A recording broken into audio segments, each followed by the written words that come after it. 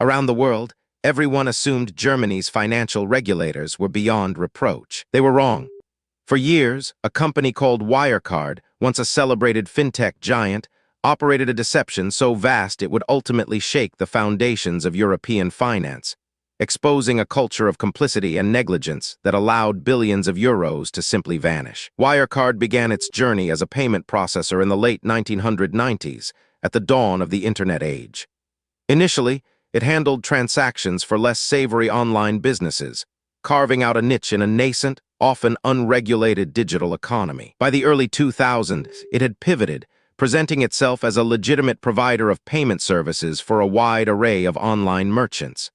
Its growth was aggressive, its narrative compelling. A German tech success story poised to challenge the old guard. Central to Wirecard's meteoric rise was its charismatic CEO, Markus Braun. A former KPMG consultant, Braun projected an image of a visionary leader, a tech guru steering Germany into the digital future.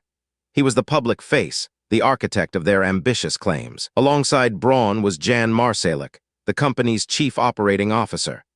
Marsalek was the enigmatic figure, the man behind the curtain, reportedly orchestrating the company's operations in Asia and other lucrative, yet opaque markets. His methods were less scrutinized, more shadowy. Wirecard's stock price soared. It joined Germany's elite DAX 30 index, a symbol of national economic prowess. Investors clamored to get a piece of this seemingly unstoppable growth machine, ignoring whispers of irregularities that began to surface. The whispers, however, weren't just background noise. They were coming from investigative journalists and short sellers, individuals who saw through the glossy facade and dared to question Wirecard's astonishing financial figures. One of the most persistent voices was the Financial Times, which, starting in 2015, published a series of articles meticulously detailing alleged accounting fraud and questionable business practices at Wirecard's Asian subsidiaries. These reports painted a picture of fabricated revenues, phantom partnerships, and a network of third-party acquiring businesses in places like Dubai and the Philippines, generating vast sums of money that seemed to exist only on paper. Instead of investigating Wirecard, German financial regulator BaFin, and even prosecutors initially turned their attention to the journalists and short sellers, accusing them of market manipulation. It was a stunning reversal, punishing those who sought the truth. This official stance created an environment where Wirecard's critics were silenced, and the company's narrative of being a victim of malicious attacks was reinforced.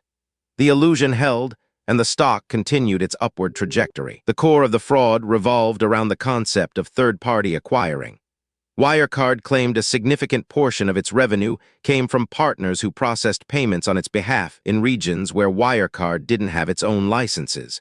This revenue was largely fictitious. In March 2019, Wirecard announced that its auditor, had found no evidence of wrongdoing regarding the Financial Times allegations. The market breathed a collective sigh of relief. The company's credibility seemingly was restored, but the relief was short-lived.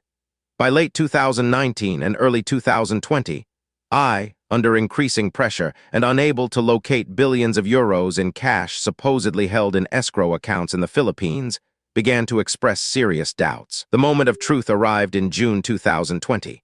Wirecard was supposed to release its annual financial results. They postponed it, then postponed it again. The reason was stark. EY could not confirm the existence of €9 billion, $1 billion in cash. This wasn't a small discrepancy. This was approximately a quarter of the company's stated assets, a colossal sum that simply vanished. The stock plummeted, wiping out billions in market value in a matter of hours. Markus Braun, the visionary CEO, was arrested on suspicion of market manipulation and false accounting. Jan Marsalek, the enigmatic COO, became a fugitive, his whereabouts unknown to this day, though theories abound regarding his escape and possible connections to foreign intelligence. Wirecard filed for insolvency on June 25, 2020, becoming the first DAX 30 company to do so. The fallout was immense, sending shockwaves through the German financial establishment and raising serious questions about regulatory oversight. The scandal revealed deep systemic failures. BaFin, the financial watchdog, faced scathing criticism for its inaction and its initial targeting of whistleblowers.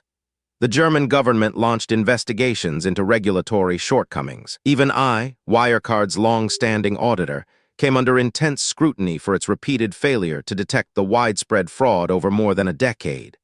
The implications for the auditing profession were severe. The Wirecard lie was a stark reminder that even in highly regulated markets, the allure of rapid growth and the trust placed in celebrated companies can blind both investors and oversight bodies to glaring red flags. It was a cautionary tale of corporate hubris, regulatory failure, and the devastating consequences when a culture of complicity allows a billion-dollar deception to flourish unchecked for far too long. Next, we unravel the dark connections between a missing COO and global espionage.